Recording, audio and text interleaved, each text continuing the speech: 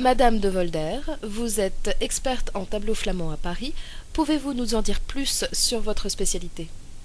Alors cette galerie a commencé dans les années 80 et c'est un changement de vie, un changement d'orientation. En fait, de collectionneur, je suis devenue marchand. Je crois que c'est un parcours qui arrive relativement souvent. Quand on se passionne totalement pour une collection, un jour, on a envie de faire des arbitrages et puis on a envie d'y consacrer plus de temps. Et c'est tout à fait ce qui s'est passé. Donc j'ai d'abord eu une galerie au village suisse, puis au Louvre des Antiquaires, et finalement, comme vous le savez, nous sommes au 34 avenue Matignon. Au départ, c'est l'aspect esthétique essentiellement qui m'a fascinée, ainsi que l'étonnement devant des sujets quelquequefois très, très inattendus. Et puis, en allant plus loin, en y consacrant davantage de temps, j'ai vu que cette peinture, en fait, révélait l'état d'esprit d'une époque, et que même au-delà de l'état d'esprit d'une époque, elle était une prise de position sur cette époque. Et à partir de là, c'est devenu un travail qui a pris beaucoup plus d'importance, parce qu'il ne s'agit plus simplement d'un travail de marchand, mais aussi un travail d'écriture.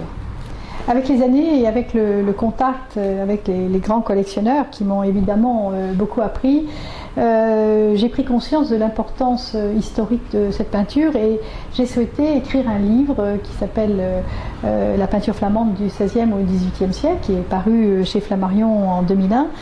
Et la thèse de ce livre étant de démontrer les liens extrêmement forts et courageux qui avaient existé dans cette famille Bruegel et avec la relation à l'humanisme, cet engagement profond et avec sa forme éthique et esthétique, ce livre a été très nouveau, à la fois dans sa présentation et dans son texte pour un livre d'histoire de l'art.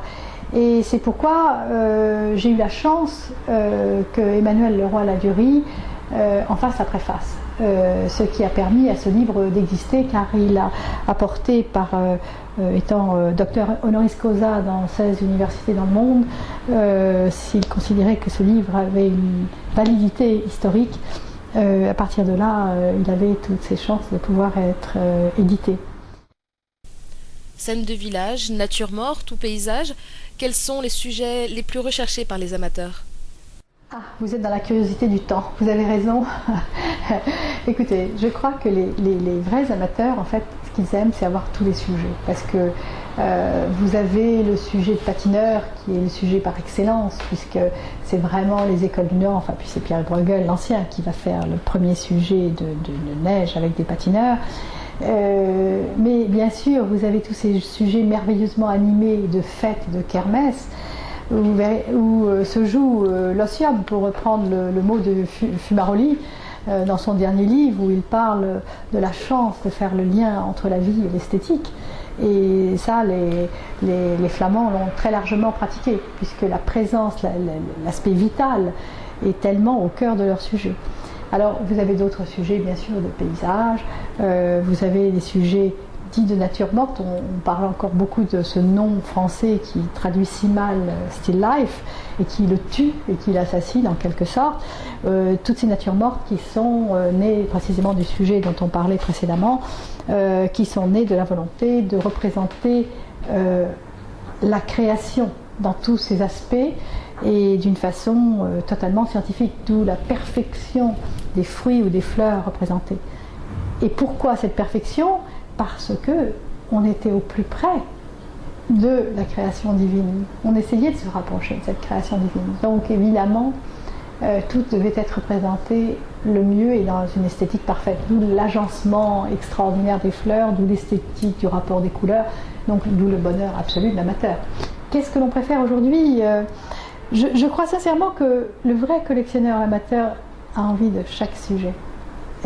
Chacun de ces sujets importants que je viens de citer.